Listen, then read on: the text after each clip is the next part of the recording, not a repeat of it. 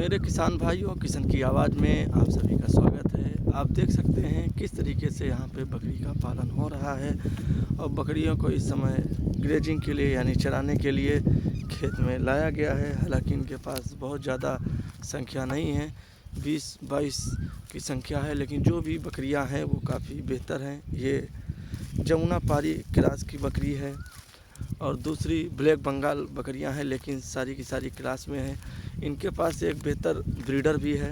Breeder Ajmeri नस्ल का है, हालांकि प्योर अजमेरी नहीं है वो, लेकिन फिर भी हम इसको अजमेरी नस्ल कह सकते हैं और काफ़ी अच्छी क्वालिटी में बकरा है। बाकी इनके पास 2-3 बकरे कुर्बानी के भी हैं और एक बकरी इनके पास तोतापारी की क्रास की है। वो हालांकि वो पहली बार जब बच्चा दी थी तो 3-4 महीने के बाद ही उसका बच्चा ख़राब हो गया था, लेकिन फिर अभी गाभिन है। और एक ये ब्लैक कलर की बकरी है जो ब्रीडर के पास है। ये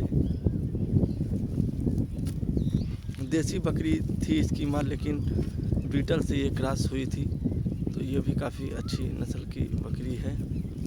तो आप देख सकते हैं यहाँ पे किस तरीके से बकरी पालन हो रहा है। लेकिन अगर बकरी पालन में हम प्रॉफिट की बात करें, क्या सच में प्रॉफिट है या नहीं है, तो आपको बताते चले मेरे दोस्त, बकरी पालन फ़ायदे का तो सौदा ज़रूर है, लेकिन उसके लिए आपका मैनेजमेंट काफ़ी बेहतर होना चाहिए।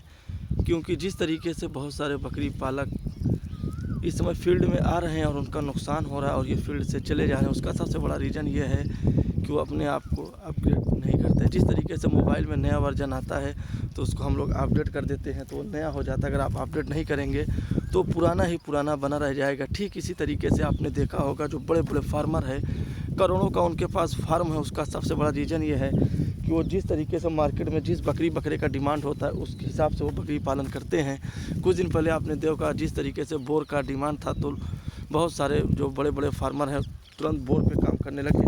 उसके पहले बीटल का दौर था तो बीटल पे लोग काम कर रहे थे। उसके पहले तोतापारी का दौर था तो तोतापारी पे काम कर रहे थे। एक दौर था जब सिरोही बहुत ज़्यादा डिमांड में थी तो सिरोही पे काम कर रहे थे। इस समय जिस तरीके से मार्केट में सोजत और हैदराबादी क्रास का डिमांड चल रहा है तो लोग अपने आप को डेवलप करके सोजत और हैदराबादी क्रॉस ब्रीड भी तैयार कर रहे हैं।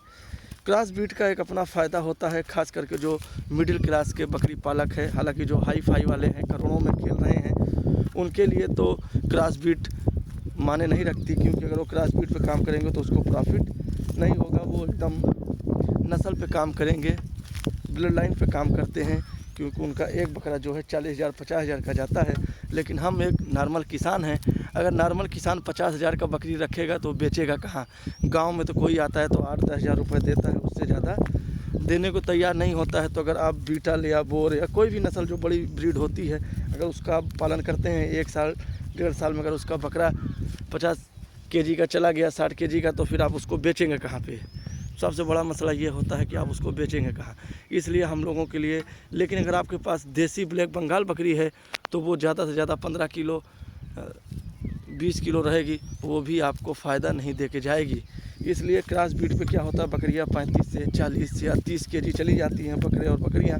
और बकरी जो होती है उनका भी नस्ल सुधार हो जाता है। बीटल या बोर या आप कह लीजिए सिरोही, कोई भी नस्ल की अगर आप राजस्थानी बकरी या हाइब्रिड की जो बकरे हैं वो ब्रीडर अगर आप लगाते हैं तो उसमें अगर 50% भी आ जाता है तो उससे क्या होता है कि आपकी बकरियों का वेट भी थोड़ा डबल हो जाता है और दूध की जो मात्रा होती है वो भी थोड़ा हाई हो जाती है, जिससे आपके बच्चे जो हैं वो ग्रोथ करते हैं। इसलिए अगर आप बकरी पालन करना चाहते हैं तो बेहतर ये होगा कि आप क्रॉस ब्रीड पे काम करें। खास करके जो मिडिल क्लास के लोग हैं जो नए नए गोट फार्मिंग में आ रहे हैं, जिनके पास पूंजी कम है, उनके लिए सबसे बेहतर है क्रॉस ब्रीड।